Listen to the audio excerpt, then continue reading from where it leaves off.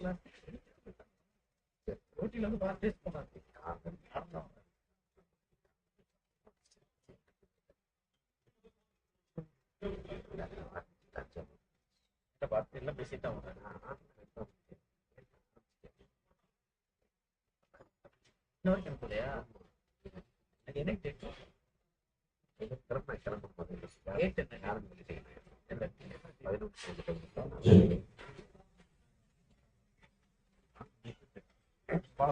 உங்க net work ஆகல. Net work ஆகல. அப்படியா? ஆமா, இப்போ இது ஏ நெட்ல போட்டு வீட்ல நம்ம ஜியோ ஒன்று இருக்கு. 1.5 GB தான். 1.5 GB தான். என்ன இருக்கு உங்க டைம் 1 GB 7 GB தான் இருக்கு. இல்ல இல்லை சார், குவாலிட்டி கூடி இருந்துச்சுன்னா வீடியோ குவாலிட்டி கூட சரக்கு போயிடும். Hello. Good evening, Vijay. I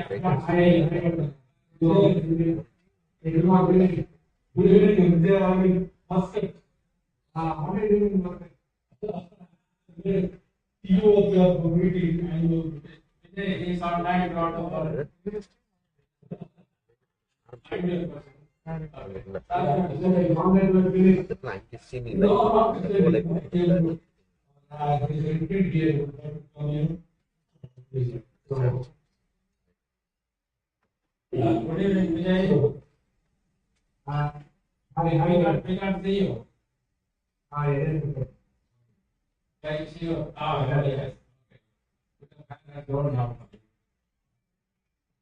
So, we had a busy day going through many alignment gap balances.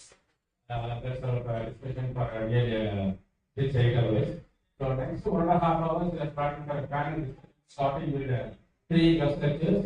First is by Reddy sir from Muscat.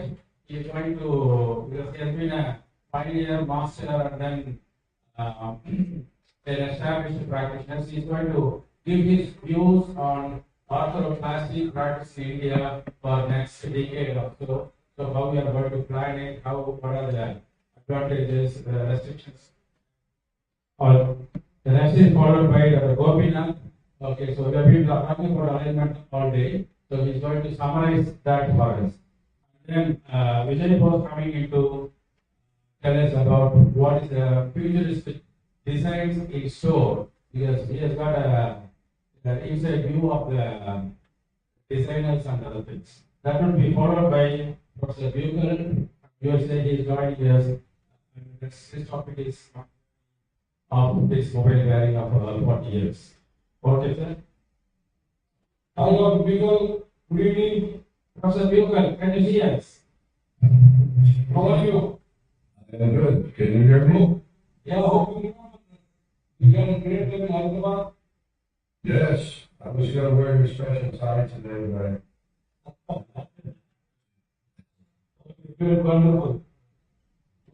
Okay, sir. We start forward to Dr. Reddy. You can share the screen. Yeah, thank you so much.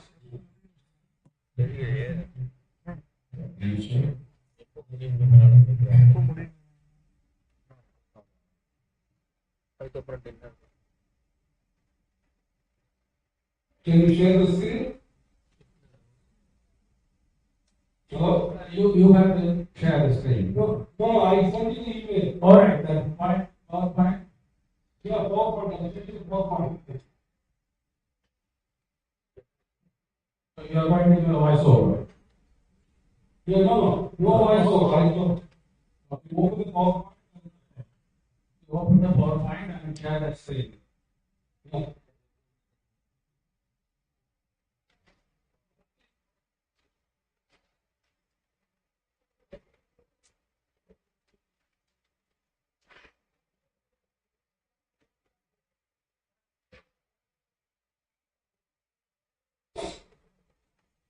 But because where is your son now?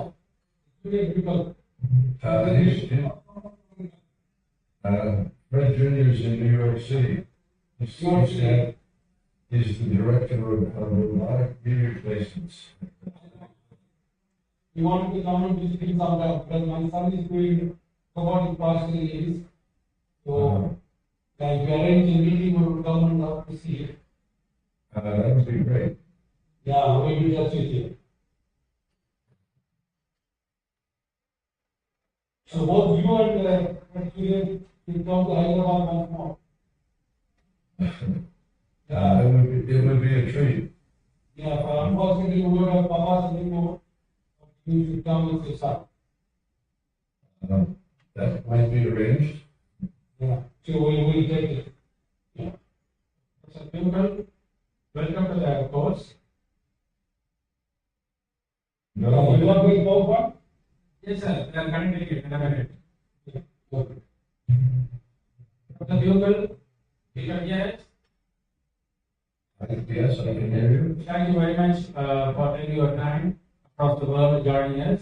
We have about 200 orthoplastics here for the weekend for a 2-day advanced course, mainly focusing on mobile bearing. So, okay, after the talk, we'll come back to your oration. After 30 minutes. Thank you. Sir, you can see the screen.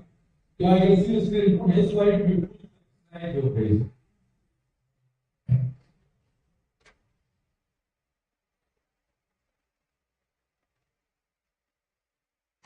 We remember your 10 commandments.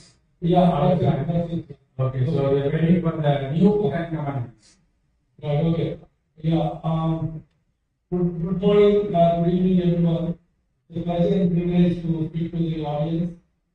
I'm Maskar, I'm sorry for not being there. So I'm just going to talk in 10 minutes. What is the future of orthoplasty in India? What is it holding for us and what should we do to put it into a safe hand? Next slide. Yeah. So Dr. Gorakhpur, as we all know, is the father of orthoplasty as far as Indian surgeons are concerned.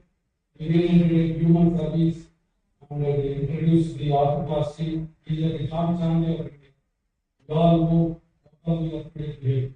Now, Professor Rana also added tremendous value to Indian orthoplasty by his courses for the last almost 15 years. It is almost all of us. The future will be decided by both these: environment, expertise, economics, and enlightenment.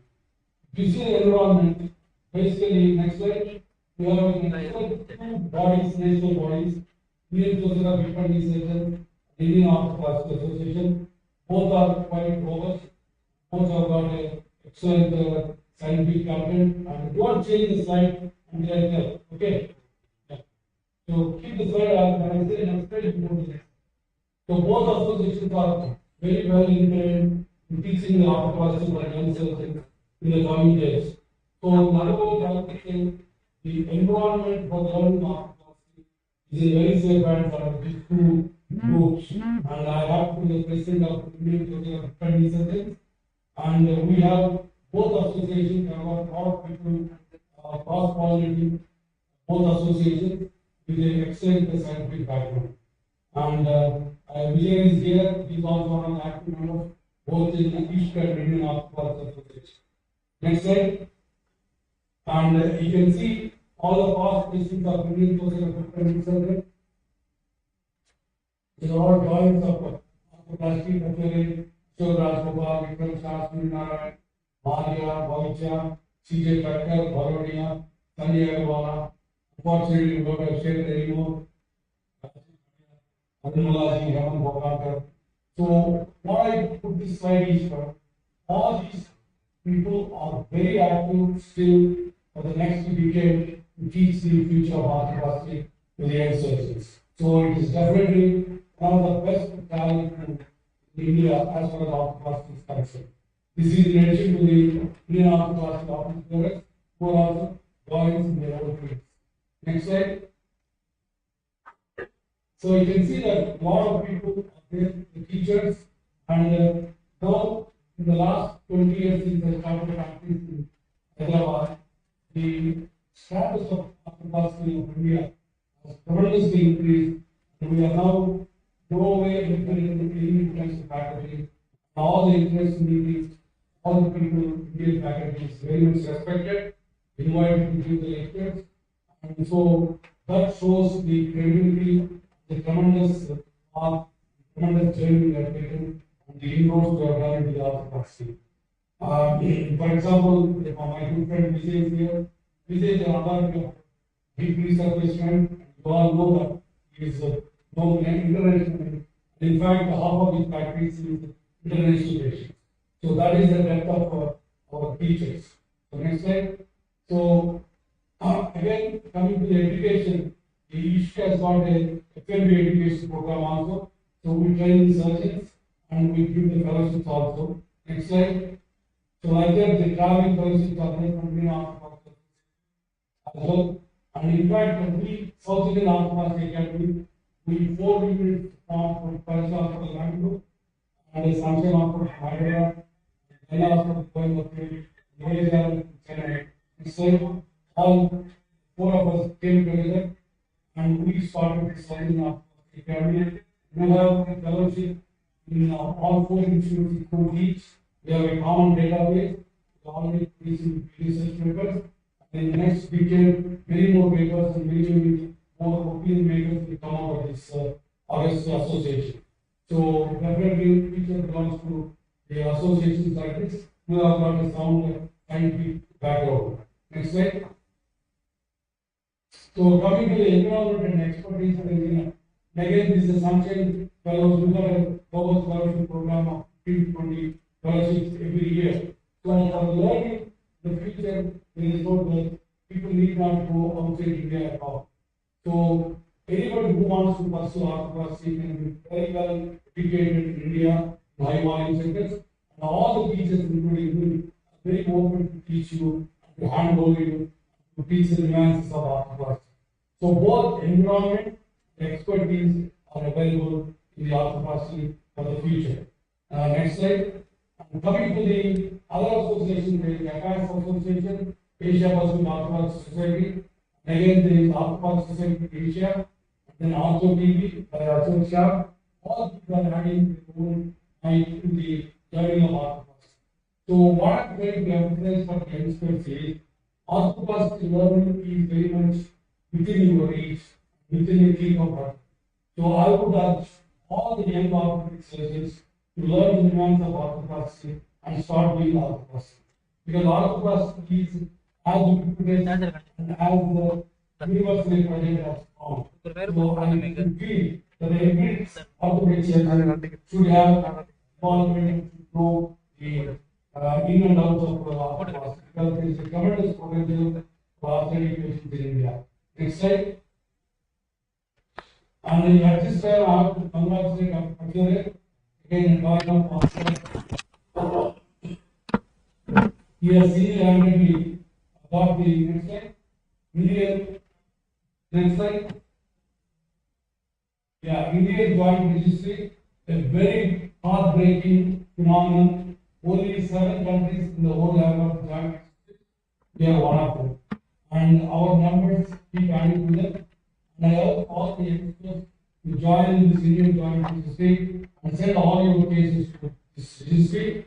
In the future, in the next decade, it will be largest joint registry in the world, surpassing all the other countries.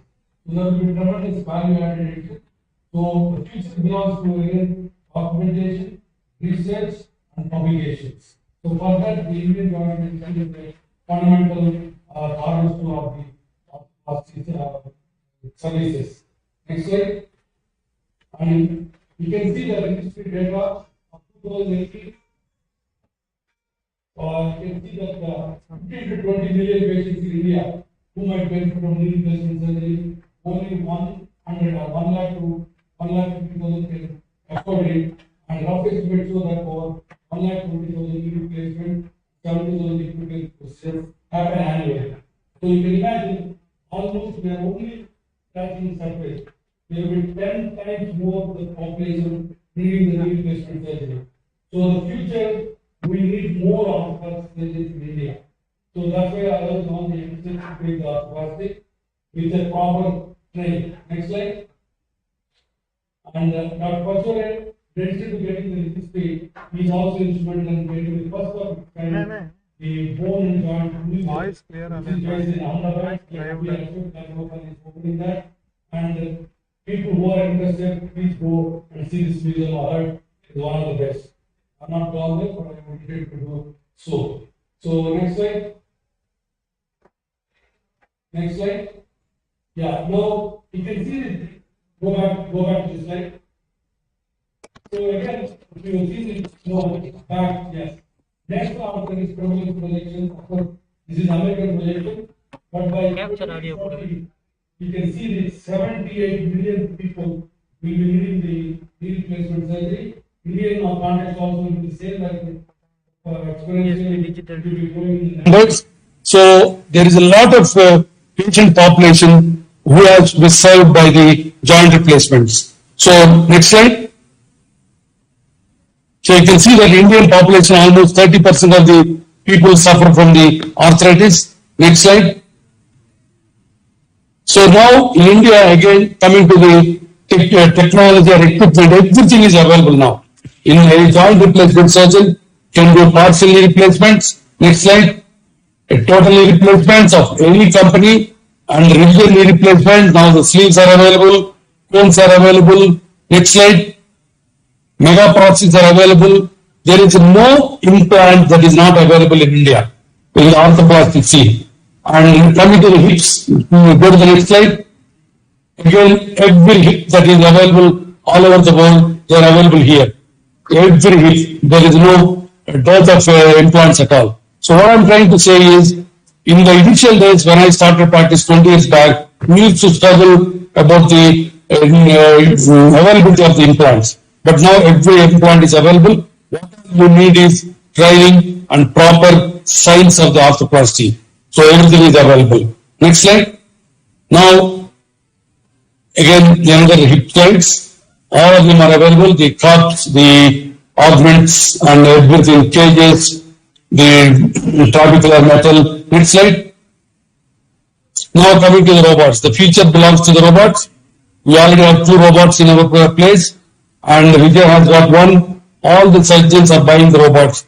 I don't say that the robot is inevitable or mandatory for the practice, but definitely next decade belongs to the technology, and robot is one of the technologies that will make a lot of difference. I would feel in the next decade, robot will become like a C-arm, and that will make a small footprint, and it will add tremendous value to the both the art and science of arthroplasty, and not only that, it will be one of the excellent teaching methods. Now you can imagine the importance of India. All the robots that are available in the world are available in India. All the companies, 5-6 types, they are all available in India. Next slide. So we have already done more than 3,000 robotic surgeries, and again, future belongs to the technology. So what technology, when you embrace it, how you embrace it is all depends on your training and your perception. But I would feel, next slide, end of the day, to summarize, the future of arthroplasty in India is in very safe hands. Number 1, the environment is very right. The expertise is there. All the arthroplasty surgeons are there. They are ready to teach, and the awareness is also there. Our enlightenment is there in the patients. Patients themselves are coming and asking for knee replacement surgeries. So the only thing I would urge the youngsters in this audience to develop the flair for the arthroplasty. Don't take it lightly, because infections are very big problem and big bugbears of the arthroplasty. So you should develop a good operating theaters, develop a good systems, develop good protocols, and start doing arthroplasty. It is not a rocket science, but at the same time, meeting asking me to give advice how best the government hospitals can do the joint replacements. And again, the government hospitals, you should be aware that the fundamental cornerstone for any successful joint replacement is aseptic, very good state-of-the-art operating theaters. And you should have a separate operating theater for arthroplasty and a separate ward for post-operative recovery. That's all you need to get in the government hospital also. That is not impossible. There are funds. Only thing is you have to impress on the people to develop that, because there will be enough numbers. And number 2, coming to the expertise or your training, there are hundreds of surgeons who will train you even from the corporate hospitals. Wherever you are working, you can send your postgraduates, you can send your assistant professors to the local corporate hospitals. We will be delighted to guide them and handhold them and put them back into the government hospitals to serve the people. So what all you need is to get the infrastructure right. Otherwise, half-baked operating theatres, mixing up with compound cases, that will increase the infection rates and that will spoil the whole flavor of the whole soup. The navigation came about 15 years ago with a big bang. It's gone. What is that? Navigation. Navigated. Navigation. Yes. Is the robotic going to go that way? Yeah, navigation is superseded by robotics now. Robotics is the culmination of the technology. And, but of course, robotics is not mandatory. Millions of joints are done without robots with equally good results. So there is nothing you should worry about the robotics. Any questions from the floor? Will they provide any special training? Will they provide, the Association of India, no registered, will they provide special training to the government? Yes, mentioned that. Any other question? Thank you, sir. Thank you very much. Sorry we disturbed your vacation. And it's a pleasure. It's a pleasure. Thank you so much. You can listen to Dr. and Vijay. Thank you. Another 45 minutes we are going to be interacting. If you'd like to be with us, please feel free. Thank you. Next we go to Gopinathan, please. So he is going to summarize now what we have been discussing almost the whole day about the alignment, why the arthroplasty surgeon wants to look at the alignment as a better technique to get a better result.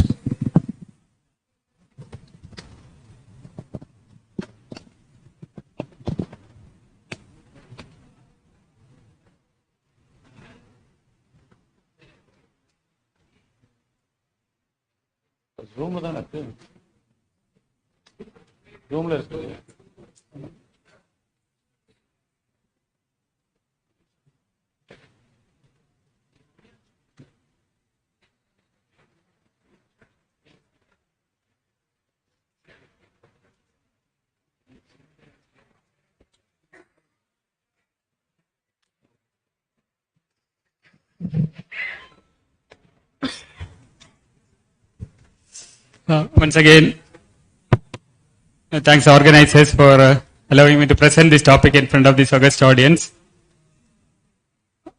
This is one quotation from an Iranian surgeon, Shahnawaz. This is a famous quotation Professor Suri used to make in all the conferences.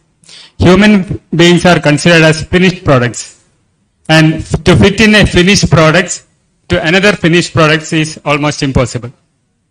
And by doing TKR, we think that we are putting a finished product into a product which is finished product. That is a human beings. So this is the problem with us. Now,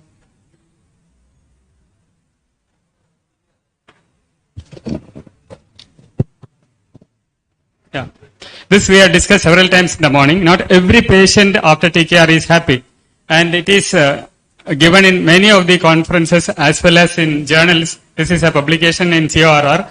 Around 20% are unhappy and up to 50% feel that something odd is fit into my knee. And this is because many of the times we don't address the real physiological and anatomical issues.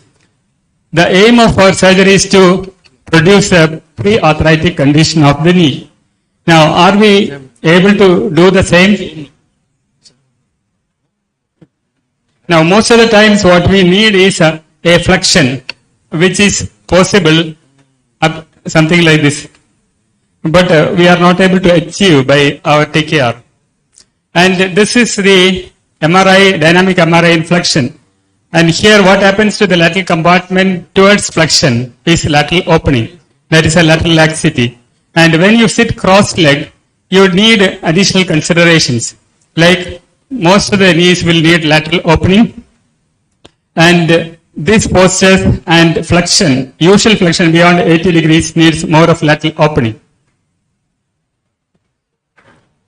So the long head belief is that aligned femoral and tibial component perpendicular to the mechanical axis will give the best possible results. This is a mechanical alignment. And the technique of alignment again produces some undesirable kinematic consequences. And how to overcome that? Now look at this X-ray, this particular chart. Again, the point is around so many patients are not very happy. So look at this slide. This has been published in 2013. Now the alignment which we talk about here in the red circle, most of the knees who had undercorrection, for example 3-degree varus of the tibial component, actually had a better result than those patients with perfect results, that the tibia is cut at 90 degrees to mechanical axis. So this was not intentional. This study was conducted in a random fashion. So many knees were selected and it was compared, X-ray was compared. The perfectly done knee and some undercorrected knees were compared. And in this study, the functional outcome was that undercorrected knee had better result than a perfect X-ray. So most of the time we expect a perfect X-ray, but the patient is not happy. But you have a situation like this. When you put in your jig, this is what you expect usually. This is what your aim is. But knowingly or unknowingly, you have put it like this and produced around 3-degree varus. Those patients had a better outcome than those patients who had a cut of the tibia perpendicular to the mechanical axis. This led to so many studies by many people, and this has led to the paradigm shift of the concept of alignment. So this is the hip knee axis, and from where some deviations occurred from the mechanical alignment. So you can see so many studies where undercorrected knee were studied and the outcome was analyzed. And based on this, so many developments had occurred regarding the knee alignment. So laxities in the knee at 0 degree and 90 degree are different. Medial side is a tough structure, medial collateral ligament. Lateral sides are dynamic structures. So you cannot compare the medial and lateral side equally. So if you produce equal tightness in flexion and extension, especially in flexion, then you are producing a more unphysiological knee. So look at this gap. This is in extension. The first picture is in extension, it is rectangular. It's equally tight on the medial and lateral side. The second is trapezoidal, where there is a lateral opening in flexion. Actually, those patients with a trapezoidal flexion gap and some laxity in flexion on the lateral side had a better outcome. Now, these studies were not done intentionally, but these studies were done not intentionally done, but these studies were initially done in those undercorrected knees. And those with undercorrected knees, especially if laxity on the lateral side, had better outcome. So this is the mechanical alignment, what's happening. Now look at the kinematic alignment. In the kinematic alignment, you can see that a lot of stress is given on the joint line inclination.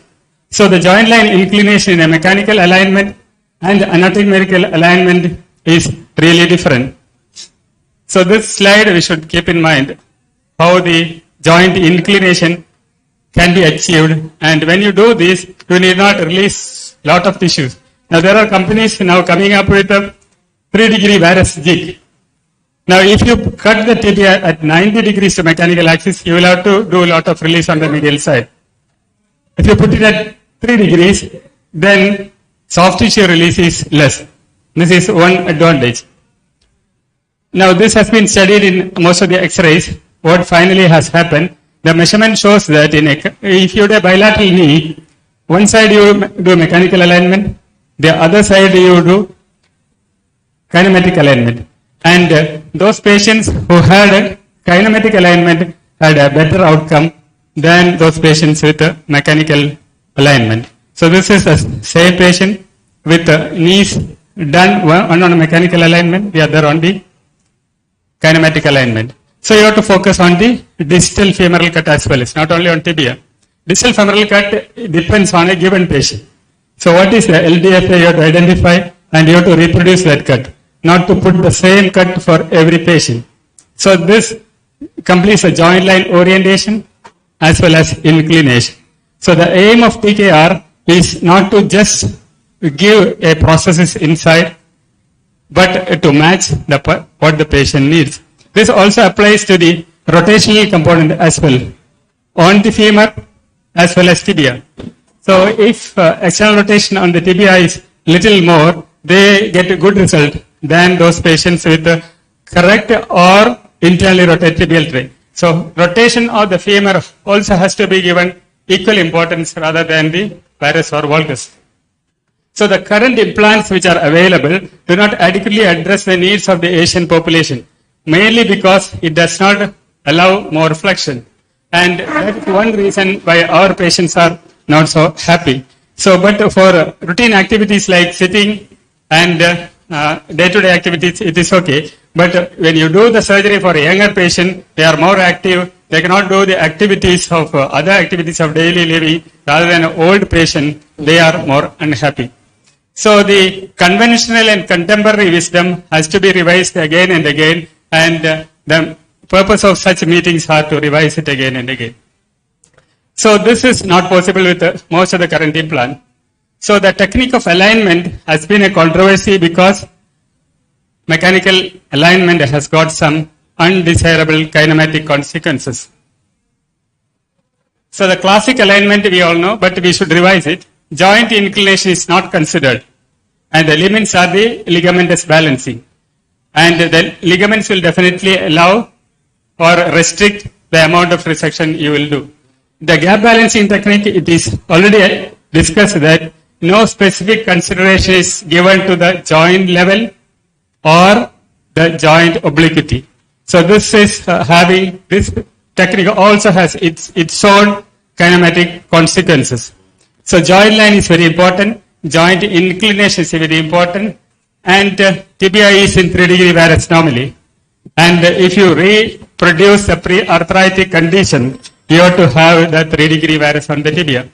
And if you talk about posterior axis, it is highly variable, and measured resection also has got its own problem because these are huge differences in different patients, transcondylar axis, wide sides line, all these things.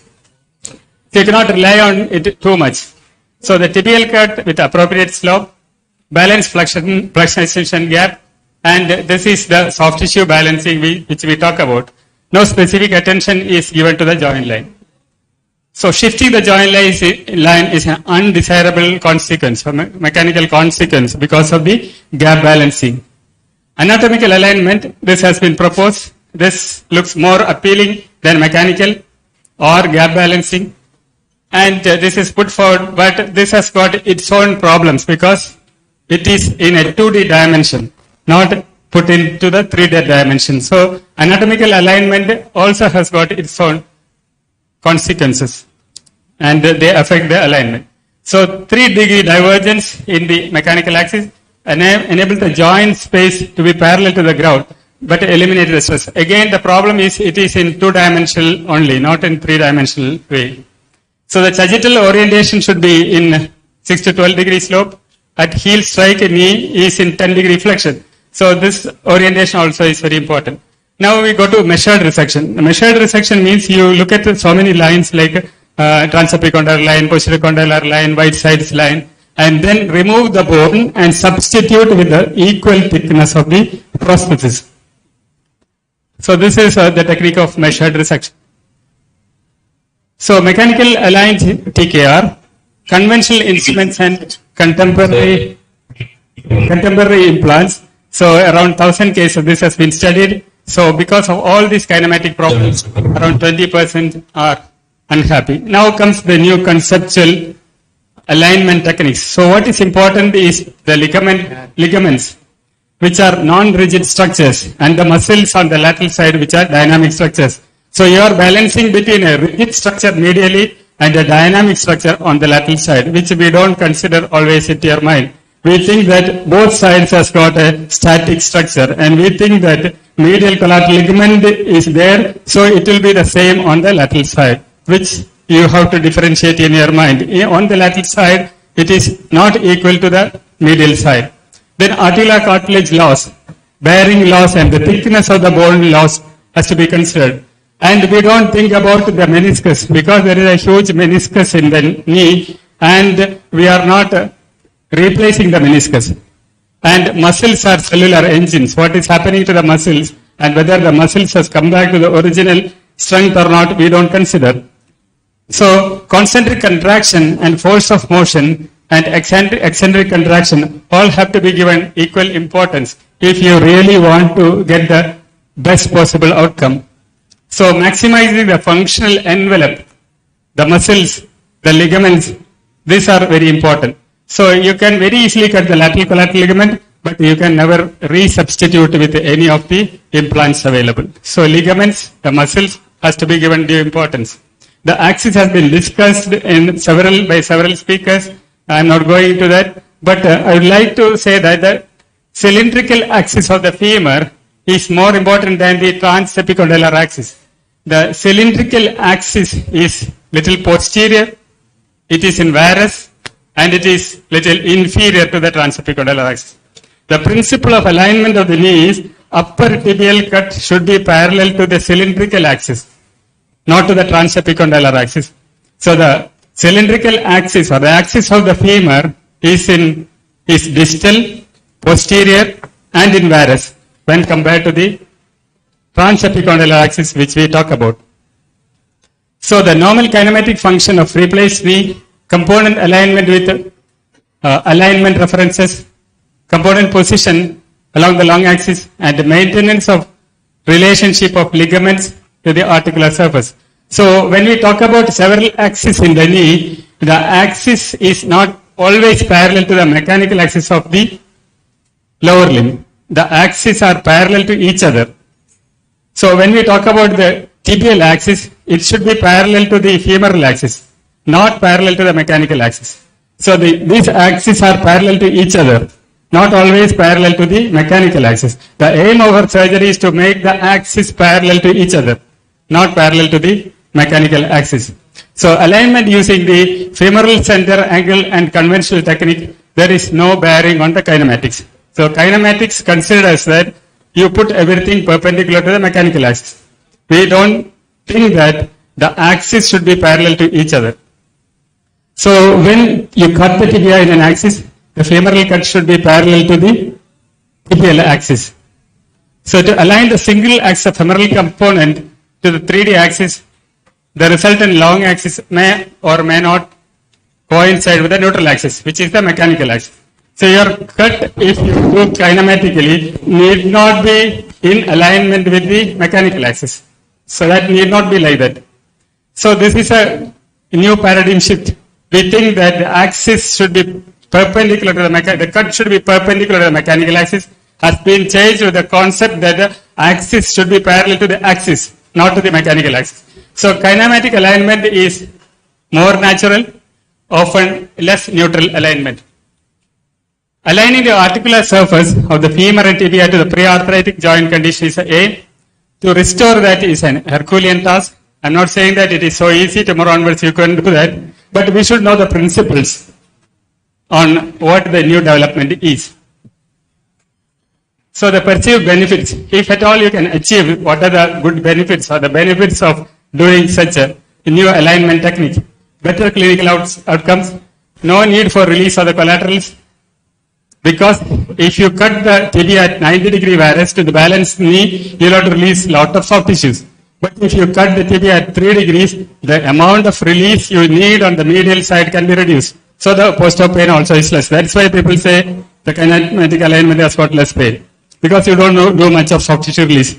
More normal kinematics avoid loss of flexion and stiffness, and potentially better for midterm results.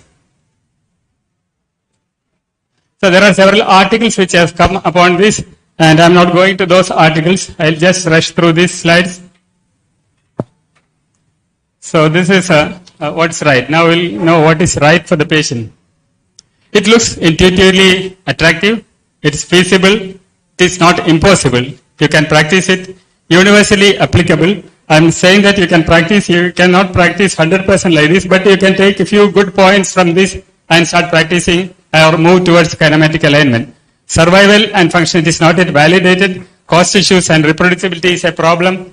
So a neutral mechanical axis with balanced gaps, maintaining the joint line, titrated soft tissue. This is very important. Titrated soft tissue release and articular subject characteristics. These are very important in a total knee replacement. This is the axis I was talking about. This is a cylindrical axis, and the cylindrical axis is not same as the transepicondylar axis. This axis is little inferior, little posterior, and it is in varus when compared to the transepicondylar axis. And this axis should be parallel to the upper tibial cut. Then you achieve the principle of kinematic alignment. And that gives better kinematics for the knee. And the axes are always parallel to each other. This slide I have already showed. The axis should be parallel to each other, not perpendicular to the mechanical axis. So this can be done in a CT scan. You can have the axis depending on the posterior condylar axis. It has no relevance to the posterior condylar axis, but it is something hugely different from the posterior condylar axis. It is a cylindrical axis where the maximum thickness of the bone is, femoral bone is. So the requirement is simplifying the surgery, reproducibility in most of the hands. It should be reproducible. If you have a technique, it can be done by you and it cannot be done by others. It is not a good surgery. So consistent outcome and result applicable across a spectrum of indications, and there should be less possibility of errors. So this will give the best possible outcome in the knee. So the effect of postoperative mechanical axis alignment, if you talk about that, those patients who had some undercorrection had a better result than those with perfectly done X-ray. So conventional instruments and the implants gave 20% failures, and hope new techniques will get more and more patients happy. And from unphysiological surgery, he moved towards more physiological and more anatomic surgery. So this is the final outcome. Before concluding, I just show a few slides. The joint inclination has to be given importance. Ligamentous attachment and balance has to be given importance. Tissue contracture, the muscles, all are very important. So the take home message is, I am not saying that tomorrow onwards you should do a kinematic alignment. This mechanical alignment is reproducible. It is easy. People are used for that. You start doing it. But there is an outlier in the mechanical alignment. The outlier is 3 degree varus plus 3 degree minus or plus. So you aim for that outlier in the mechanical axis. That is 3 degree varus. You should not produce too much varus. Tomorrow onwards you should not cut the tibia on varus. But a controlled 3 degree varus with a 3 degree varus jig with a good host bone support for your tibial tray is not bad. You get better results for that. Thank you for patient listening. Thank you, Gopi. If we start the discussion again, it may still go on. So just to make it life simple for junior surgeons, I want to do a kinematic alignment. You can cut it in 2 degree varus and slight valgus adjustment. Am I into the zone? Is it as simple as that? I do not understand. No, if I want to do a kinematic knee replacement, what should I do? If I just do a 2 degree tibial cut and measure the femoral valgus angle and reproduce that, I'm into that, or is there anything more to it practically speaking? So when we have a conventional implant with us, we don't have this patient specific jig or the jigs already shown in the live surgery, but we have to have knowledge on both. Should have knowledge in classical alignment, anatomical alignment, gap balancing, measured resection, as well as kinematic alignment. Now, we have to take a few good points from each and put together to produce the best outcome. What is the best is, many companies are coming with controlled 3 degree varus tibial cutting jig. It is available. They give to us. So you do the cut, mechanical alignment, then before finalizing the tibial cut, you can use the 3 degree varus tibial cut. There is no issue about that. And in the 3-joint X-ray, you identify LDFA. In all cases, you take 3D X-ray, identify the femoral valgus. You try to reproduce that, the valgus. So if you identify the LDFA and you take the 3-degree varus cut on the tibia, you need not produce so much of soft tissue release. This is a step towards kinematic alignment.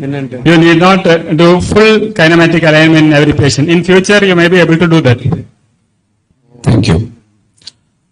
Thank you very much. Vijay, you are ready? Yeah, Sugavanam, can you hear me? Yeah, we can see and do the screen sharing. The screen? Yeah. Yeah. It says host disabled participant screen sharing. Hello?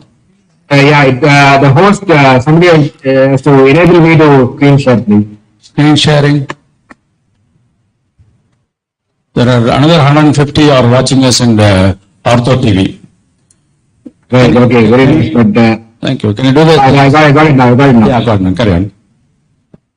Right, okay. Can you see my slides, Sugavanam? Can see that. Yeah, okay. So, good evening. It's a great opportunity to interact with all you in Salem. Sorry I couldn't make it this time to Salem. So, it's online.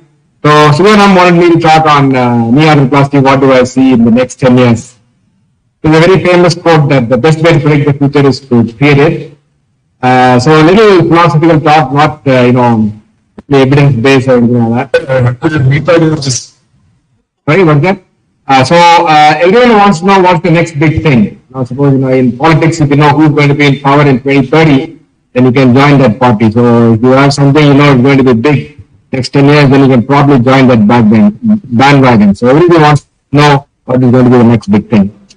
Now, there seems to be three, as far as knee arthroplasty goes, there seems to be three contenders. One of them is the bicruciate retained knee arthroplasty, not yet in India. But as you know, any of these new technologies, it's been there for some time, but not in India. You'll have the designer surgeons and the early adopters to come up with some good results always. And then sooner or later, they'll find that somebody throws some light and says actually, higher frequency of failures in this bicruciate knee arthroplasty. Very typical of new technology to initial enthusiasm and then somebody dampens it. The other contender could be the bicompartmental arthroplasty, where you do a uni on the medial side and the pedal joint. Again, has been there, but not very well practiced in India. May become popular, I don't know. Again, initial enthusiastic reports, and then there is, always some reports to say that, you got to be careful, there could be a fracture, and has no advantage over conventional knee arthroplasty, and has many other risks involved. They're typical of new technology. But probably the one that I think that would be, considering how robotic has taken off in India, the Guru also mentioned, probably would be the conformist, where the advertisement says one patient, one implant, and the implant itself, not the cheap, but the implant itself is made for the patient. And so called, it has got better function because it is individualized, etc. Again, you find that early adopters will give you good results, and then you find that high, failure rate in a study that tempers the early enthusiasm. So very typical of new technology, but I predict that a lot of surgeons are going to use this for their own advertisements, etc., to popularize their hospital. That's what probably is going to happen down the line. Now, but however, what I want to do is to give some two important concepts. There are two kinds of innovation from a medical technology standpoint, whenever you look at medical technology. And one is company or profit-driven innovation. So you've got to relate to that. The other is outcome-driven or patient-driven. It's very crucial, especially for the young surgeons, to really differentiate these two and not fall for whatever the companies or the designer surgeons say. So if you have company-driven, is usually something invented for a new product. You first create the product, and then you find the indication for that. That's typically how reports are given. Because you can see lots and lots of examples, knee arthroplasty and hip arthroplasty, etc. Whereas outcome-driven and patient-driven is there are existing problems we have to solve. And then somebody comes up with a very innovative solution, and that's a different ballgame altogether.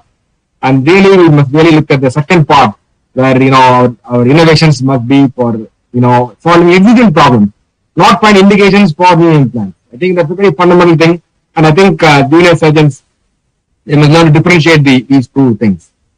Now, I don't know, I'm not putting this up, but some of you may not know, but what's unique about perfume and some watch advertisements is that the advertisement is created first, usually a famous Hollywood star, and then the perfume or the watch is created. So they are creating a market after the, it's creating a market after the product. So they're not creating something for the market, but creating a market for the product, right? Two different things there. So we should not fall for that. When companies come out with the so-called innovative things and say that's the latest and the best, and we should not, does it solve an existing problem? And that's the question that you must always ask yourself. So there have been lots of examples of company profit-driven knee replacements. We had, don't want to name anything, but we had various radii coming in, various types of cam mechanisms coming in. We had Peplo, femoral and the middle side together. We had innovative coatings, we had ceramics, we had the surface transformations, etc. We had the gender specific needs, etc. All were of course company driven, and we did fall prey for that, and we all used these. We found it had no advantages whatsoever. So these are inventing problems for new products. That's not a good thing at all, and we must learn to differentiate the two.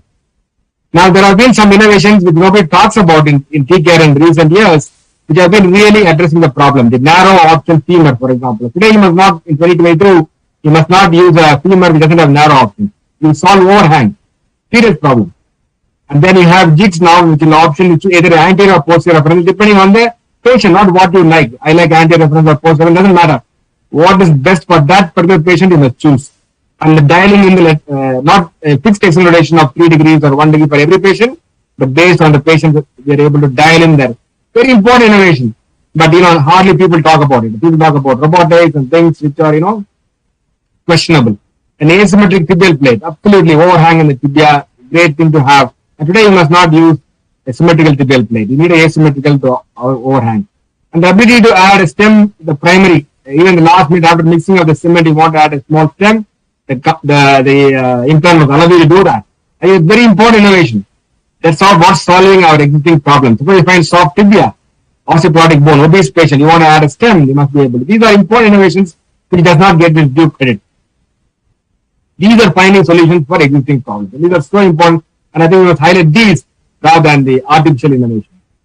Unfortunately, they are all not very marketable and therefore, not very popular. Now, we have done some innovations. For example, doing an extension space management, if you just have one spacer, block is inadequate. So we'll have a 9-inch spacer, a 7-inch spacer, a 15mm spacer, so we can do a good extension space management. Here is a rod that we have designed, and so we put it on the tibia to make sure we cut the tibia at 90. Very important. That's the common problem that we have. We're not able to cut the tibia. What's the point of having robotics and navigation when you can't cut the tibia at 90 degrees? So it needs a simple jig that tells you that you cut the tibia at. You put it intramedullary after you put the tibia, see whether it is 90 or not. If not 90, I'll change it so it becomes 90. So that you solve an existing problem. Unfortunately, these are not very marketable, so nobody talks about this. Now, if you look at reasons of failure, these are very, from registry data, very relevant data, and you'll be surprised to know that infection comes very low. The most common ones are instability, malalignment, etc. These are all technical errors. These are not, and you find that wear actually comes very, very low down. And this orange bar tells you failure within 2 years. So failure in 2 years occurs because of instability and mal orientation. That's surgeon-related problems. So very surprising in 2021 it's like that.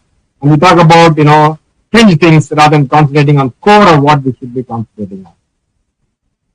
Now these are, false innovations that we are concentrating on. Now whether the car door opens upwards or sideways, really doesn't matter, does it? But we seem to be concentrating and spending our energy on that rather than missing the real core of the subject. So in 2022, what I want to emphasize for my junior colleagues is that today TKR is a mature technology. It's a very important core concept that you must understand. So what do you mean by mature technology? So we had electric cars for a very, very long time, maybe 20 years, but that was technology in development. It was in development. So if I suddenly, a newspaper report comes, electric car runs for 50 kilometers without stopping, a stray example, and everybody applauded that. One car ran for 50 kilometers. And that's what we are doing in, as far as India was concerned, in all our, in academic programs and conferences, we showed X-ray. Sometimes you can see the clips also in that, and saying, I did this, I did that. It was a stray example. That was good for a technology that was in evolution. But when you talk about mature technology, it's quite different. The goalposts are absolutely different. Now, of course, we have very reliable electric cars which can run for 500 kilometers without stopping. But one car running finally is not news. One car not running or one car failing is news today. And that's the mature technology talking about. Today, a car runs 500 kilometers, not news. But a car that does not run or there's a problem with the electric car, that makes headline news. That means we're talking about a mature technology. So similarly in TKR, what should make news in the next 10 years is TKR failures and not TKR success. That's going to be the thrust the next 10 years. So it's a very important thing. So what we aim for something that is close to 100% successful. Why? The last few years, last 3, 4, 5 years, we have a very mature technology in TKR. So we must aim for 100% success. So the classical example is electric cars. So success is not news in TKR anymore. Failure is news next 10 years. Keep that in mind. So how do we, so we're aiming to close to 100% success for the next 10 years. So how do we aim for that close to 100%? So they define the role of TKR and OA. That's the first important thing. And now Gopi also talked about it. We have to be soft tissue friendly. That's the next thrust that we're going to do is well accepted. And we must have a conscious choice to avoid failures. And that's how we are going to avoid or to move close to 100% success. So non-bone on bone AA for junior colleagues, I find a lot of knee replacements are done for X-rays like this. They're not bone on bone OA. Will give a bad reputation to knee arthroplasty. Please do not do knee arthroplasty for non-bone on bone OA. Okay, that's a very fundamental point. Good X-rays are mandatory. And I find a lot of TKRs are done with just a small X-ray of the knee block. So I always say that a good X-rays and sound concept of knee replacement that we have is 95% of robotics. Only 5% of robotics adds value. Good X-rays, sound concept, 95%. So defining the precise role of TKR and osteoarthritis of the knee, the partial thickness cartilage loss, you or your colleague must be able to do a good osteotomy. Sometimes, if the instead of having a joint and obliquity, you might have a 2-level osteotomy. You must be able to do a DFO as well. So somebody in your team or yourself must be well versed in that for PTCL. So if it is AMOA, I think 2022 is well established now that you need to do a uni. There's no question about that. Now you cannot argue in 2022 that you are addressing all your AMOAs with TKR. It's just not the standard of care. When you have tri-compartment OA, TCOA, you must do a good knee replacement. And that's going to be defining the role. Now if you start doing knee replacement on AMOA and PTCL, you're going to have very bad results. So that's the first thing. Moving towards 100% players, avoiding doing TKR on AMOA and PTCL. That's the first point. So 2022 standard of care is this. I'm saying I will do only TKR I know, so I'm doing it on all patients. It's just not standard of care. It is not negligent yet, but in 2022 it's just not the standard of care. Now this is an American patient of mine, did a uni, and just 5 days post-op, and you cannot get this function after. So if you have limited disease, anteromedial osteoarthritis, you have to go uni today, 2022. It's just not a standard of care if you just do TKR on all patients. Now dissatisfaction, I'm sure everybody talked about the whole day today, roughly 20%. But what is really is that for choice of case is a very important point. The early arthritis, AMOA, anteromedial osteo, these are the reasons why TKR does not do well. TKR consistently does well when you have tri-compartmental osteoarthritis. So what has changed recently in recent times is the soft tissue friendly. Gopi talked about kinematic alignment. I'm not saying everyone must go kinematic, but you must do a soft tissue friendly TKR. So I think the whole thing was summarized very well by Paras Hadar. He said, respecting the soft tissue envelope while achieving mechanically sound, not a mechanically neutral, not a kinematic alignment, but achieving a mechanically sound prosthetic alignment, the promising way of removal. I think we are all moving towards that. We all acknowledge that we must do soft tissue friendly TKR. In the next 10 years, it's going to be about soft tissue. How we are going to achieve it is different, but we're going to move towards soft tissue friendly TKR. Now again, Gopi emphasized on it. In 2021, no one can argue that mechanical alignment is still required for long-term success. It's been beyond doubt. Agnana was the one who did the main work, but lots and lots of authors have done that, Danbury, etc. That this was a 15-year paper, Thirumalaisamy saying that strict mechanical alignment is not necessary. And then this was the 20-year follow-up saying that strict mechanical alignment is not required for. So no one today in 2022 can refute that point. That strict mechanical alignment is not required, and we can do soft tissue friendly TKR. Now, how much you can deviate from the strict mechanical alignment is all debatable, but no one can argue today that strict mechanical alignment is necessary for all patients. I think that just not valid anymore. The Oxford group gave us a very important concept. So they said in anteromental osteoarthritis, because the posterior condyle is still intact, the cartilage is intact in the posterior third of the condyle, you find that in flexion that the superficial MCL will be distracted to its original length. Therefore, you never get a superficial MCL contracture in AMOA. But now what we now know, so much water has flown under the bridge that even in tricompartmental osteoarthritis, the superficial MCL is not contracted. And that's a very important fundamental paradigm shift that we moved to, that we know that superficial MCL is not contracted even in tricompartmental. The only time it gets contracted is when you have subluxation or dislocation of the knee joint. When you have just arthritis and deformity, it does not contract. So this concept is a flawed, and now we believe that superficial MCL is never contracted. So our principles of management of osteoarthritis change. So just like how you do a uni, and that's what the alignment that you're looking for, or what you call a very functional alignment, as far as that stated, that's exactly what you're doing in a TCAR. You want to look, the TCAR look how a valgus stress X-ray would look like. This is a very soft tissue friendly TCAR, and it's a very happy patient. So that's what we're aiming for. We're not imposing any kind of mechanical alignment to the patient, and therefore we're getting a soft tissue friendly TCAR. This is going to be the standard in the years to come. Now, superficial MCL, just a couple of slides, is inserted far away from the joint. The deep MCL is taken up as part of the exposure. Therefore, any structure that is inserted far away from the joint, for example, the iliopsoas, will never get contracted in any deformity of the joint. It gets contracted only when you have a subluxation or dislocation of the joint. This is a fundamental principle of all joints, whether the hip joint, knee joint, or shoulder joint.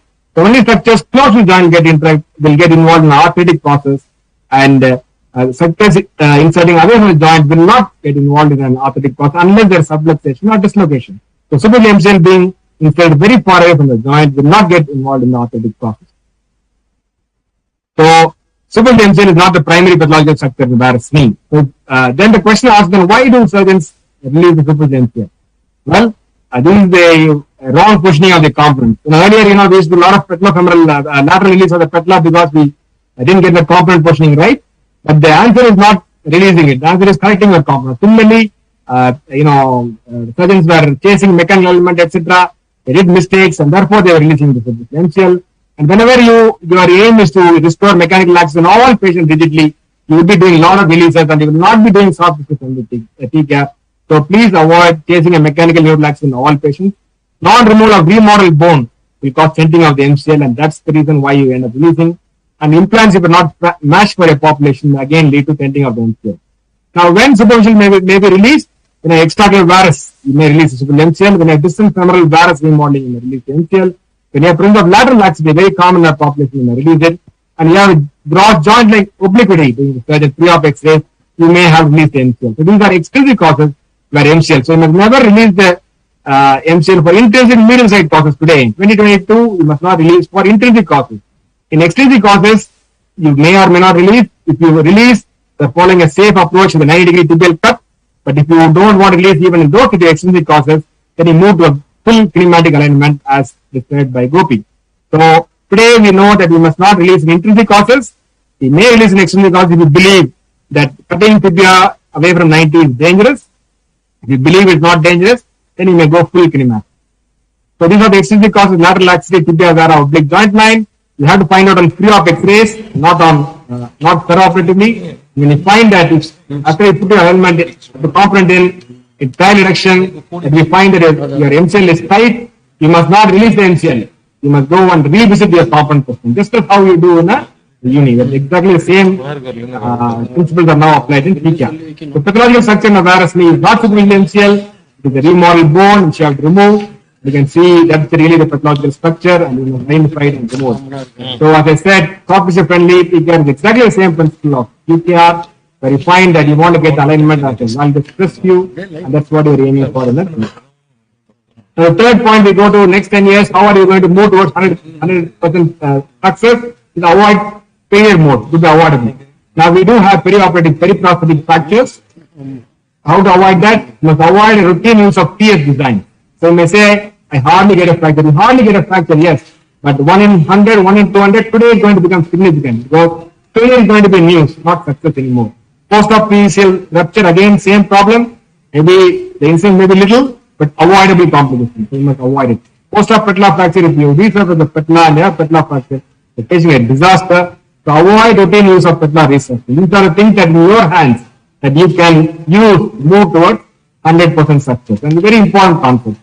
So, I have moved on to the collared chloride. The only reason why we use a collared chloride is to avoid early periprosthetic fractures. No other reason at all. Now you may say, I've been using chloride for a long time, I've not had a periprosthetic fracture, that's fine.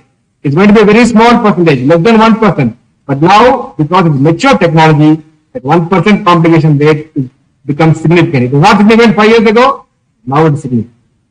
Now, post-stabilized, especially in Indian patients, small female patients, osteoporotic, takes so much of bone, so your periprosthetic fracture rate may be small or perioperative fracture may be small, but it's significant. So you must avoid that. You must try and avoid using PS in all the. Of course, you can also we do revisions now and then for post-fracture. Later, CR problems, again, equally important problem. Late PCL rupture, iatrogenic PCL damage. The PCL rupture in the CR needs a small ligament for the surgeon, but for the patient, it's equivalent of a periprosthetic fracture because you need to do a full-blown revision once you have PCL. So these are problems that could be avoided. So in 2022, CR versus PS, a bit of yin and yang. One is the deep blue sea, another is the devil and the deep blue sea. So which one you choose? So these two mechanisms, the PS and the PCL retention, is what posterior rollback. There is one other way you can achieve it. That's a poly-based rollback. Now, this poly-based rollback doesn't have superior results, but it avoids the problems of a PS design and the PCL retention design. So that's why it's safe. So as Rick Mackey, the famous tennis coach, said, there's no right way or wrong way, there's a better way. And today in 2022, we believe that there are poly-based mechanism to drive rollback. That's the way of the future, because it avoids the potential problems of PS design as well as CR design, and we move towards 100% success. Traditional criticism against poly-based kinematics was there because instability was a problem, lack of good flexion range. Instability is not a problem, it's only due to it comes from the original design of the total condylar knee. Now we know that's not a problem, instability is not a problem. Lack of good flexion was a problem initially, but once the tuft was moved more posteriorly, flexion is not a problem anymore, and we get equal flexion like any other design. So this is not a superior design to any other design, but it avoids the complications of the PS and the CR design. So this is going to be the future. So a lot of publications to say that good long-term results. So further improvements in TKR is going to be poly-based. So there's going to be vitamin E poly, there's going to be a deep dish or a medial pivot. So basically two types of poly-based posterior rollback, deep dish or ultra-congruent knee, the medial pivot. Now some people say this is better, that's better, but whatever it may be, future is going to be poly-based rollback. Now some companies offer both. Either an MC, a medial stabilized, or a UC. And I think most companies will go down that route, offering a certain choice of whether using ultra congruent or a medial pivot knee. The patellar resurfacing has been a debate for 50 years. You can't debate a topic for 50 years.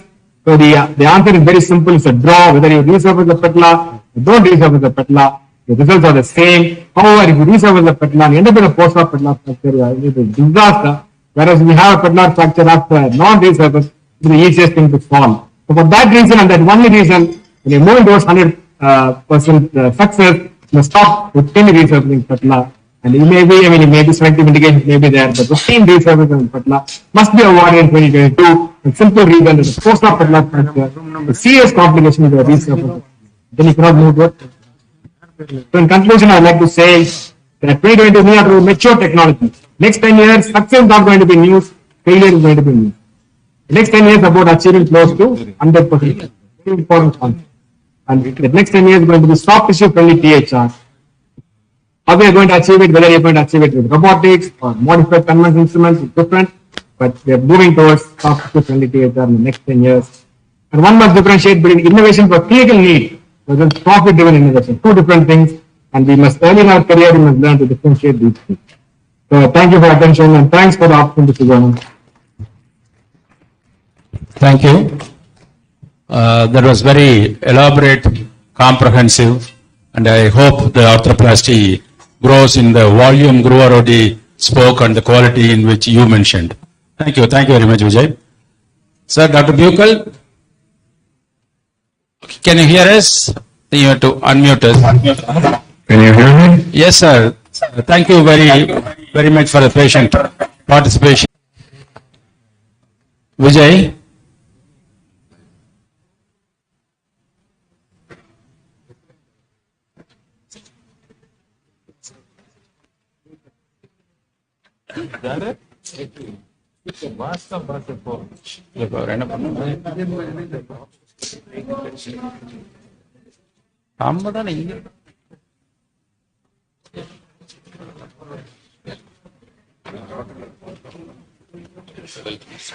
Dr. Buechel, just hold on for a second. He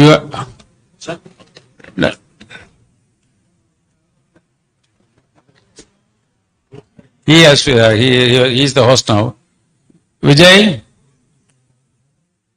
Hello? Hello? Vijay, you are the host now. Could you change the host to the Buechel, please?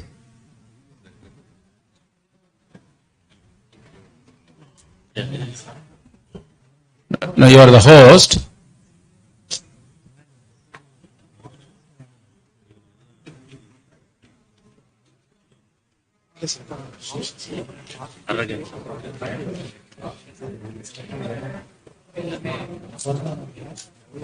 Vijay, could you go to the options? Participants. Okay.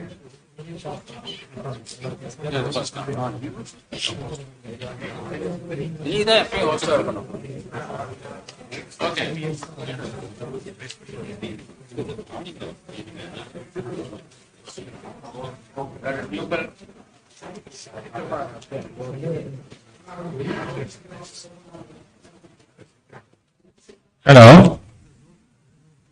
Hello? Dr. Buechel, you need to unmute.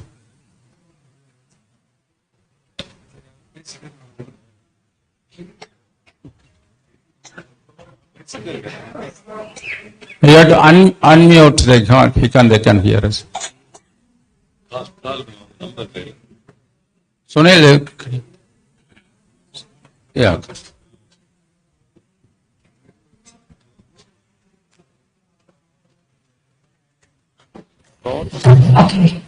Now, can you hear me now? Yes, sir, we can hear you. Thank you. Is that a yes? We are very honored to have you to give the oration for this conference. Please carry on, sir. All over to you. We can hear you and see you very well. Okay. Good evening.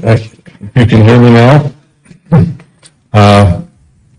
Let's see, how do I advance this? No, we can hear you well. Did I just say... No, here, it's here. Here, use the roller. I have to use the roller, okay.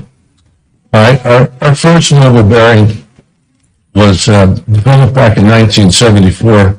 We were working on a shoulder replacement system and found that this floating socket, which was a ball inside a ball with offset pivot centers, was excellent for rotator cuff deficiencies. It turned out that later on, a chimpanzee that we had implanted it loosened his glenoid component after 3 years, and then humans that we tried it on also had glenoid component loosening. After that, we developed a bipolar shoulder replacement, which was another mobile bearing that we evolved from our hip replacement system.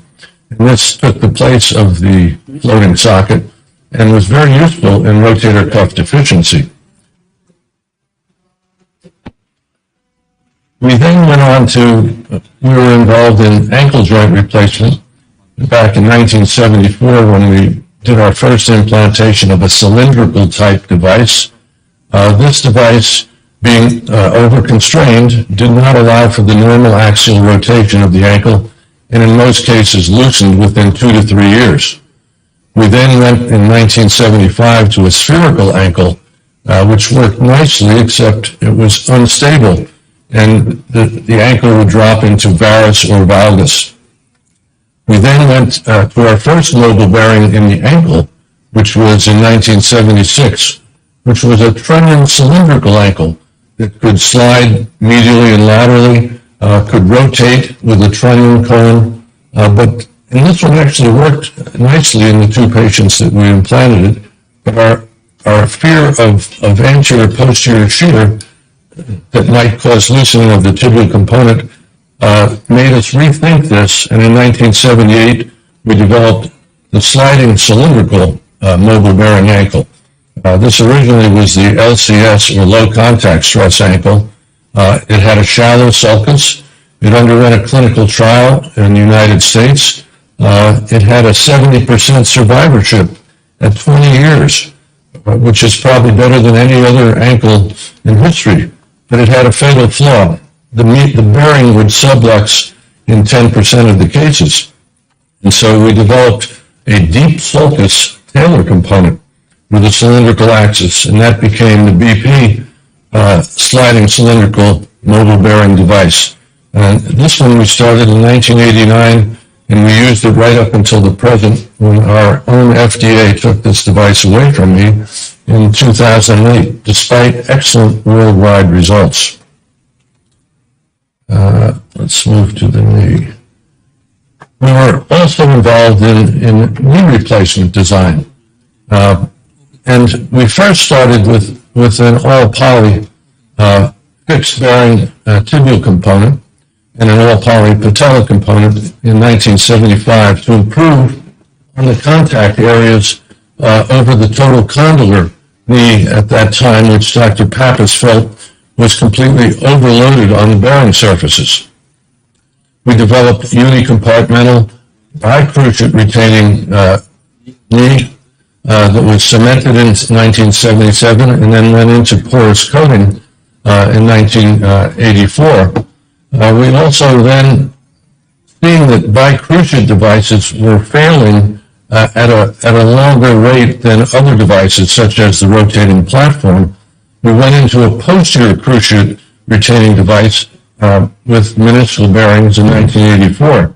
This device functioned better than the bicruciate device, and so those people trying to make a bicruciate device today, I caution them that 40 years ago we tried this, and tibial component loosening will outweigh any of the other devices that have a central stem. The rotating platform, which is our main prosthesis today, was first implanted in 1978, and this was used for the most deformity, varus, valgus, and revisions. So we took on all the toughest cases with the rotating platform, and yet it was the easiest one to use. The AP Glide device was never used in the United States, was used in Europe. This device allowed for a sliding bearing that could rotate, and it retained the posterior cruciate. The problems that developed were that when the bearing slid forward, which was 30% of the time, would impact the fat pad and cause pain. And so this one did not have the longevity of the other devices.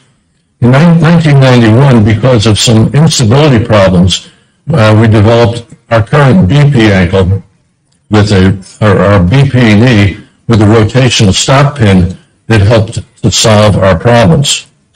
Let's move to this one. Now, these implants were developed by a mechanical engineer and myself to avoid wear-related problems and loosening problems that were common in the 1970s. And so, using the anatomical shape of the femur, we developed mechanical radii, the most prominent being curve number 2, which was a spherical curve both in the AP and the lateral plane. This particular curve was the major load-bearing curve, and it was used on rotating platforms, AP Glide bearings, meniscal bearings, and a rotating patella. So they all matched the same femoral geometry, so the contact stresses were quite low. Now, looking at survivorship of these devices, despite having to deal with the worst deformities of varus, valgus, revision, the rotating platform had a 98.3% survivorship at 18 years with no loosenings reported. We found that cementless implants worked as efficiently as cemented implants, and over time there was no difference between cemented and porous-coated cementless implants. The difference became in the posterior cruciate retaining device, where the meniscal bearings tended to fail more often. Back then we were using gamma air sterilized bearings, so these bearings may not have failed in today's world using the highly cross-linked polyethylene bearings. But in any event, around a mean of 11 years, we found that these bearings would fail. The same failure mode occurred in the bicruciate device, but in the bicruciate device, the tibial fixation failed more often as well. So its survivorship was much less than the posterior cruciate device, which did not loosen, but had bearing failures. Now, long-term rotating platform studies were quite voluminous over the years, starting with an early publication by myself back in 1990, and followed by multiple authors from around the world. They found that there was no difference between cemented and cementless implants, and also there was no difference between patella resurfacing and patella retention over the years, which was quite interesting, since we had an elaborate rotating patella replacement that we now found worked well, but you didn't really need it, as long as your femoral component had a nice patella-friendly geometry. Now, people want to know whether mobile bearings and fixed bearings work the same. This was an elegant study done by Kim back in 2012, where in patients younger than 51 years of age with osteoarthritis, there were 108 patients. He had a fixed bearing, an AMK in one knee, and a mobile bearing, an LCS rotating platform, in the other knee. And they were followed for an average of 16.8 years. Now, the company DePuy made both of these knees, so they were, of course, a winner in this particular clinical trial to find out whether fixed bearings and mobile bearings work the same. Well, the contact stresses in LCS-type rotating platform bearings versus a PFC Sigma rotating platform. Now, his scale of megapascals, which is the standard compression loading of bearing surfaces, normally the load limit from the manufacturer is 10. Dr. Greenwald actually started it at 8, being ideal loading below 8 megapascals, starting to be a little bit difficult between 8 and 14, and above 14 you start to see excessive contact surfaces. You can see in the rotating platform without a post, you have very good surface congruity at 60 degrees of flexion. At 90 degrees, you get some low to moderate contact stresses, and at 135 degrees of flexion, you get some moderate to high contact stresses in the old LCS bearings. But when we look at the PFC Sigma at 60 degrees flexion, it's already moderate to high contact stresses. Then you go to 90 degrees and it gets even higher contact stresses and it's starting to load the post. As you go into 135 degrees of flexion, the post and the posterior surfaces have very high contact stresses, which is not good if you're looking for long-term wear resistance. Now, do we really need this rollback? I mean, is rollback essential? Do you have to have a cam and post? Is it more motion or is it more problems? Well, let's look at motion. A study done by Kim and Kim back in 2004 looked at a standard LCS rotating platform, 190 of these cases at an average of 6.5 years follow-up. And the range of motion in that group, this is a Korean study, 0 to 128.3 degrees. Now, Gupta Ranawat did a study on the PFC Sigma rotating platform after only a year with 50 cases, and their range of motion with rollback and all of those problems, 127 degrees. So there's no real difference between a very congruent LCS and a nominally incongruent PFC Sigma. Well, Fisher did a study, simulation study, to analyze rotating platform bearings versus PFC Sigma. he found that the uniaxial motion on both the superior and inferior surfaces without rollback minimizes wear, whereas there's a fourfold increase in wear in the fixed bearing over the rotating platform bearing. So, in conclusion to that study, in mobile bearings, rollback is unnecessary and increases wear potential. Now, the major problems seen in the posterior stabilizing rotating platform after 5 years, patella clunk and fibrosis in 5 to 15% of cases, which required subsequent surgery to either remove the fibrosis to prevent the clunk, or they had to completely revise it. The other problem is the femoral condylar fractures in small patients when you had to carve out a big box to allow this component to sit. And so these were major problems that they saw after only 5 years. In contrast, the major problem seen in the first generation rotating platforms after 20 years was spin-out dislocations in about 1.2% and wear in 1.8%. Let's look at those two concepts. Now, spin-out is a situation where the bearing actually rotates underneath the femoral component and is locked and out of position.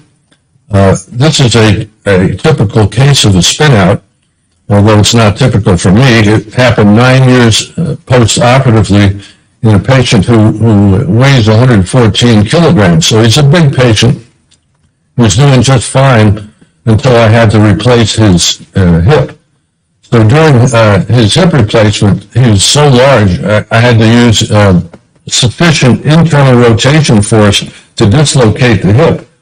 And unbeknownst to me at the time, I created this instability that I only discovered when the patient showed up in my office for follow-up. And the x-ray actually shows the bearing marker wire here in the lateral view. You see the marker wire is at 90 degrees from the position, and the femoral component is sitting anterior.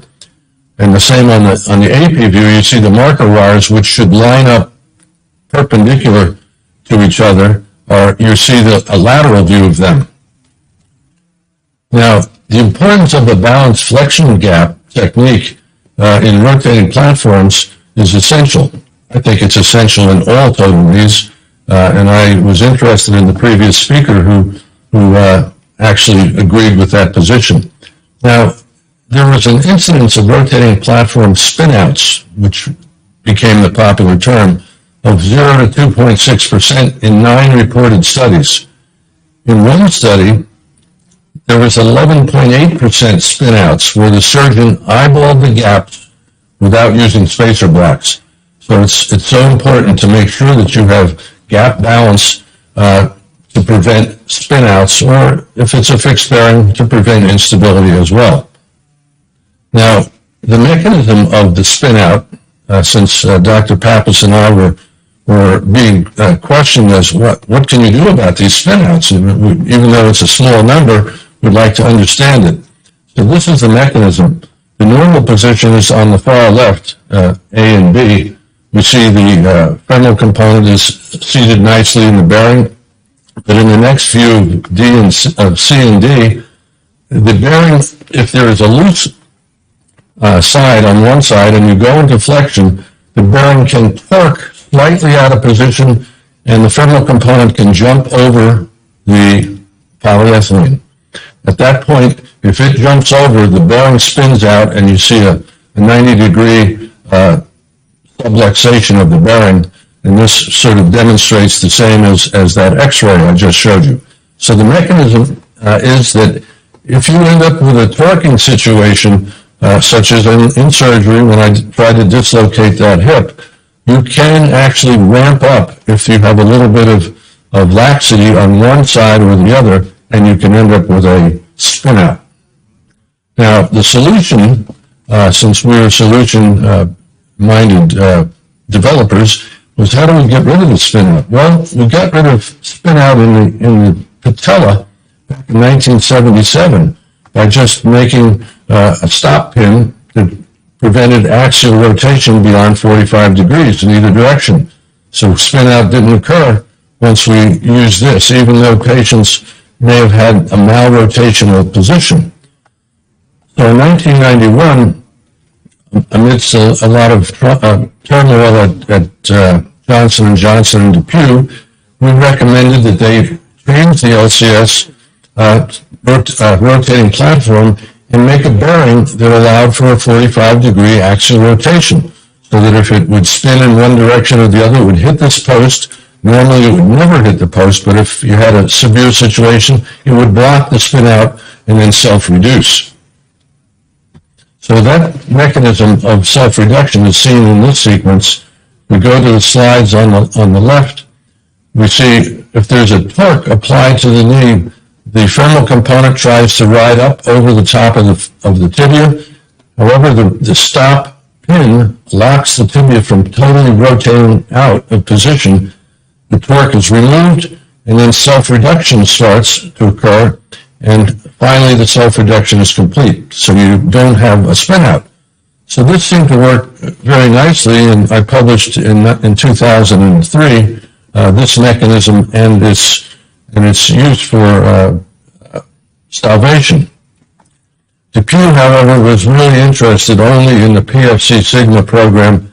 They didn't want to have any further design changes in the LCS, and so they rejected our solution to the very minor problem worldwide of spin-out. Dr. Pappas and I were certainly not happy about that decision, and so we went on to develop the device ourselves. Now, as far as wear is concerned, in the early days, Gammon air sterilization was the primary mode of sterilizing polyethylene. Today, it's Gammon air, or today it's ethylene oxide or some type of gas plasma to avoid the problem of fracture of components, of excessive wear, even in rotating platforms. Here's a rotating platform that was in for 9 years, heavy patient, 101 kilograms. You can see the medial side is worn down farther than the lateral side. We see osteolysis in the femur, osteolysis in the tibia. And of course, the bearing does not look anything like a bearing should. Now, interestingly, this bearing was shelf-aged for 5 years. In other words, it sat on the shelf at DePuy for 5 years, and it oxidized. So not only did it have the Gammon air sterilization, but the shelf aging really oxidized these surfaces. So it was placed into a knee, and it took 10 years to break apart, whereas the fixed bearing would break apart in about 2 years or 3 years. So this taught us a big lesson, and of course we don't, I think in the mid to late 90s, we've gotten rid of all Gammon air sterilization of poly. So that this should not be a problem even for fixed bearings now. This one was revised. Here we see the bearings at 7 years, 8 months post-revision. Bone grafts were applied to the femur and the tibia, and the metal components are 16 years, 6 months, and the patient went from a poor result to an excellent result with even an increased range of motion. Now, comparing the contact surfaces of the two platforms, the first and second generations of DePuy had 4 radii of curvature. In a third generation, the BP knee, we changed it to 3 radii of curvature, and we could pick up increased contact area in this second curve. So the contact area here can give us far improvement in contact surfaces, and whereas 8 megapascals in 30 degrees of flexion in the original devices, now we were down to 3.5 megapascals in 30 degrees of flexion. So the other increase we could get by changing this surface geometry went from 155 degrees flexion in the old LCS. Now we could get 162 degrees of flexion with the BP with much better surface congruity. In fact, the surface congruity of this third generation, or BP knee, was 50% less than the LCS. So if you'll notice the flexion angles here from 0 out to 105, the manufacturer's recommended limit is 10 megapascals. Once you exceed 10 megapascals of load, you start to develop increased wear. So the old LCS was good up to about 45 degrees of flexion, and then it started to have increasingly high surface contact areas. Whereas the BP, even at 60, 90, and 105 degrees flexion, still had excellent surface congruity and didn't exceed 10 megapascals. A great improvement. When we looked at the comparison of the rotating platforms of the old LCS design, we had 153 knees followed for 2 to 18 years. And then on the BP, we had 259 knees followed for 2 to 18 years. Gamma air sterilization was used in this series. Ethylene oxide sterilization was used in the BP series. Now, both series came out quite good. The average knee scores were excellent in both groups, slightly better in terms of scores in the BP group. Range of motion, 107 in the LCS group, 116 in the BP group. Again, this is a Western study of Americans, so we don't tend to have larger range of motions like the Asian population. Patient satisfaction was fairly equivalent, but the big difference was in wear. 1.8% osteolysis, 1.8% synovitis, 0.6%. Dislocation, subluxation, spinouts, 1.2%. The good news with the BP, we had no wear, we had no osteolysis, no synovitis, and no spinouts.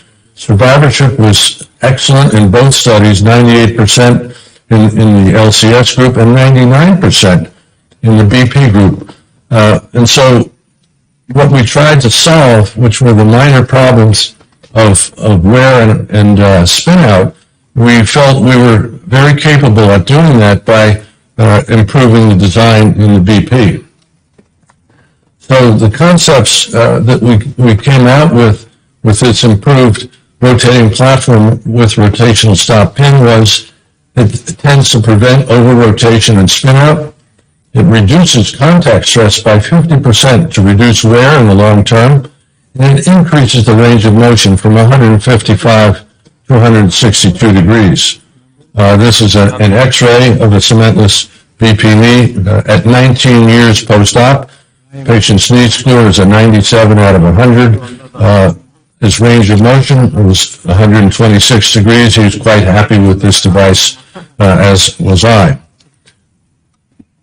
And that was my journey on mobile bearings to get to the present. Thank you for your attention. Hello. Sir, thank you very much. That's a lifetime learning, lifetime knowledge, dedicated lifetime work for us. Thank you very much, sir. I'm having difficulty hearing you. Thank you very much. Thank you. For your lifetime work, dedication, and the knowledge and sharing with us. You can hear us, sir? He is not. Stop sharing, please. Thank Hello? Can you hear us? you. There. You can hear us? Can you hear? Yes, I can hear you. Thank you very much for your lifetime work, knowledge, effort, and sharing with us. And we are all very delighted. May I request the audience to have a standing ovation, please. Yes. Thank you very much. We hope God gives you enough health and fitness to visit India 10 more times in the next 10 years. Okay. Okay. Thank you, sir. Thank you very much. Thank you for with us. Thank you.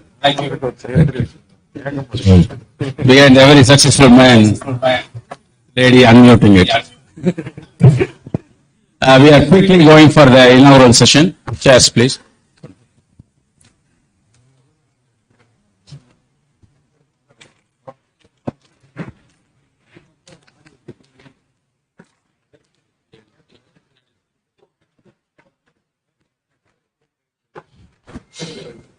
It's becoming customary now in academic sessions.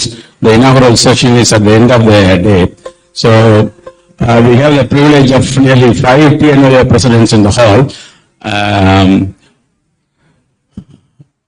I request the PNOA president and secretary to come to the stage, please. The EC member Raj Kumar and Vishnu can escort them to the stage, please. Raj Kumar.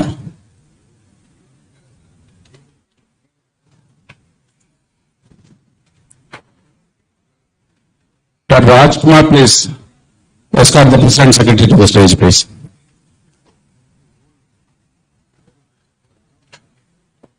Raj.